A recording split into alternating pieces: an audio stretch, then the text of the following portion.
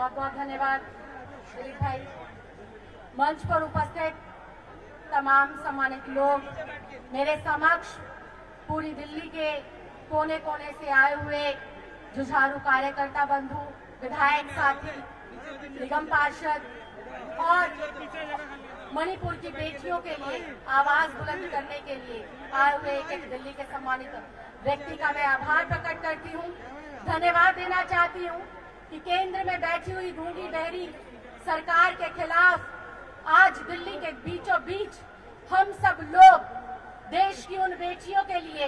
न्याय की मांग कर रहे हैं जो पिछले 3 महीनों से न जाने किस किस प्रकार के अपराधों का शिकार होती है। दंगा कर परेड करने की बात हो, अत्याचार की बात हो, बलात्कार की बात हो, सिर्फ मणिपुर ही नहीं, जब से केंद्र के अंदर ये गूंगी बहरी सरकार आई है तब से लेकर आज तक आए दिन क्राइम इंडेक्स के अंदर इंडिया में महिलाओं के खिलाफ अपराध दिन प्रतिदिन बढ़ते जा रहे हैं। यहाँ पर खड़े होकर सिर्फ किसी के खिलाफ बात करना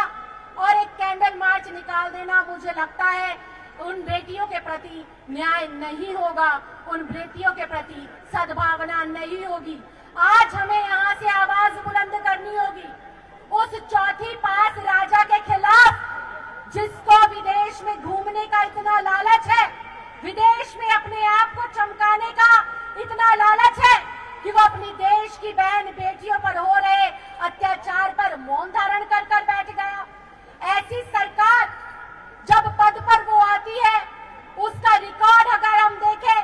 चाहे वो माननीय प्रधानमंत्री जी हो, चाहे वो इस ग्रह के, राज्य के गृह के और देश के गृह के सुरक्षा सुनिश्चित करने वाले गृह मंत्री हो, ये लोग ना तो प्रधानमंत्री हैं और ना ही गृह मंत्री हैं। ये लोग एक प्रधानमंत्री है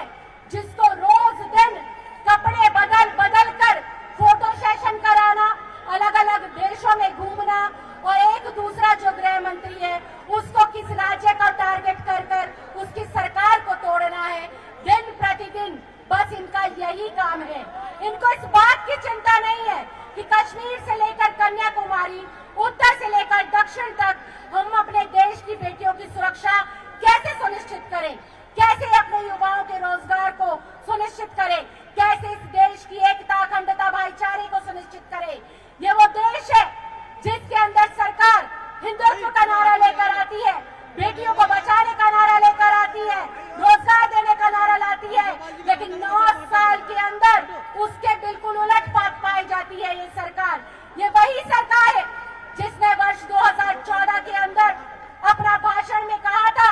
बहुत हुआ बेटियों पर वार, अब की बार मोदी सरकार बेटी बचाओ बेटी पढ़ाओ। वो ये कहना भूल गए कि जब हम सरकार और सत्ता के अंदर आएंगे तो हमसे ही अपनी बेटियों को बचाना। संसद के अंदर बैठे हुए तमाम सांसद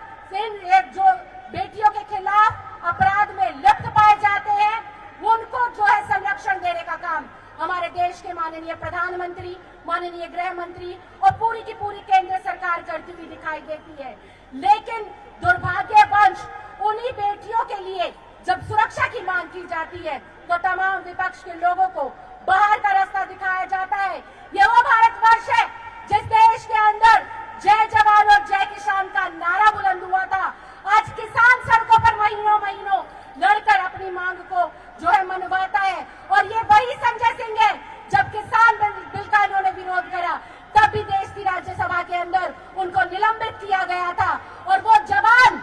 जो कारगिल के अंदर शहीद हुआ था, देश की एकता, अखंडता और सुरक्षा के लिए पाकिस्तान के खिलाफ जिसने अपनी शहादत दी थी, आज उसकी धर्म पत्नी की नंद अवस्था में परेड कराई जाती है। शर्म आनी चाहिए ऐसी केंद्र की सरकार को जो कि मणिपुर के मुद्दे पर मौन होकर बैठी है। आज इस जंतर मंतर से हम लोगों को ये आह्वान करना होगा कि हम आने वाले समय के अंदर ऐसी सरकार को उखाड़ फेंकेंगे जो हमारी बेटियों की ना हो सकी, जो हमारी युवाओं की ना हो सकी, जो हमारी किसानों की ना हो सकी, जो हमारी महिलाओं की ना हो सकी, और तो और भारत माता की भी नहीं हो सकी। भारत माता के नाम पर शोषण किया जा रहा है, दोहन किया जा रहा है, गुमराह किया जा रहा है। तो मैं बस इतना ही कहना चाहती हूँ कि मोदी तेरे राज में मणिपुर जल गया आग में, तो मोदी हटाओ, मोदी हटाओ, मोदी हटाओ, मोदी हटाओ। और मैं एक बात और कहना चाहती हूँ, चौथी पास राजा और एक दूरदर्शी नेता के अंदर फर्क इतना है। जब 2019 का चुनाव लड़ा जा रहा था, माननीय मुख्यमंत्री श्री अरविंद केजरीवाल जी ने एक ट्वीट कर कहा था कि अगर भारतवर्ष का गृह मंत्री अमित शाह जैसा व्यक्ति बन गया तो इस देश के अंदर जंगल राज आ जाएगा, गुंडा राज आ जाएगा। एक और वो दूरदर्शी नेता है जो चेता रहा है, बता रहा है, समझा रहा है देश की जनता को, और एक वो चौथी पास राजा है जो पिछले 3 महीने से अपने देश के अंदर एक राज्य जिनमें उसकी खुद की सरकार है, डबल इंजन की सरकार है, उसको जलता हुआ छोड़कर देश विदेश में अपनी इमेज चमकाने में लगा हुआ है, अपने आप को चमकाने में लगा हुआ है, मोदी मोदी के नारे लगाने में लगा हुआ है। तो ऐसा मोदी जो बेटियों के नाम पर मौन है, ऐसा अमित शाह जो देश की सुरक्षा, एकता, अखंडता के नाम पर चुप है, तो मैं आज यहाँ से आप लोगों से निवेदन करना चाहती हूँ, हम ऐसी उनकार भरेंगे कि आने वाले 2024 के अंदर इनकी सत्ता को उखाड़ फेंकेंगे। जैसे निर्भया के दौरान पूरा देश एकजुट हुआ था, आज इन बहनों के लिए, आज मणिपुर की बेटियों के लिए देश के एक एक व्यक्ति को, एक एक भाई को और बहन को इकट्ठा होना है और उखाड़ कर फेंक देना है ऐसी सरकार को जो चुप है, निशब्द है, मौन बनकर बैठी है, जो बेटियों की सुरक्षा पर एक शब्द नहीं बोलती। और विपक्ष से उनको इतना जो है दिक्कत है, इतनी उनको परेशानी है कि पूरी की पूरी सरकार को खत्म करने के लिए दिन रात एक कर देते हैं। तो मैं आज आए हुए एक क्रांतिकारी साथी से, सम्मानित जो है दिल्ली के वासी से यही निवेदन करती हूँ, जहां तक भी हो ज्यादा से ज्यादा इस आवाज को बुलंद करें कि आने वाले समय में हमें पढ़े लिखे लोगों को जो है सत्ता में लेकर आना है। अनपढ़ और आरोपी अपराधी किस्म की जो मानसिकता के लोग हैं उन्हें सत्ता से बाहर का रास्ता दिखाना है। बहुत बहुत धन्यवाद, बहुत बहुत आभार। जय हिंद, जय भारत।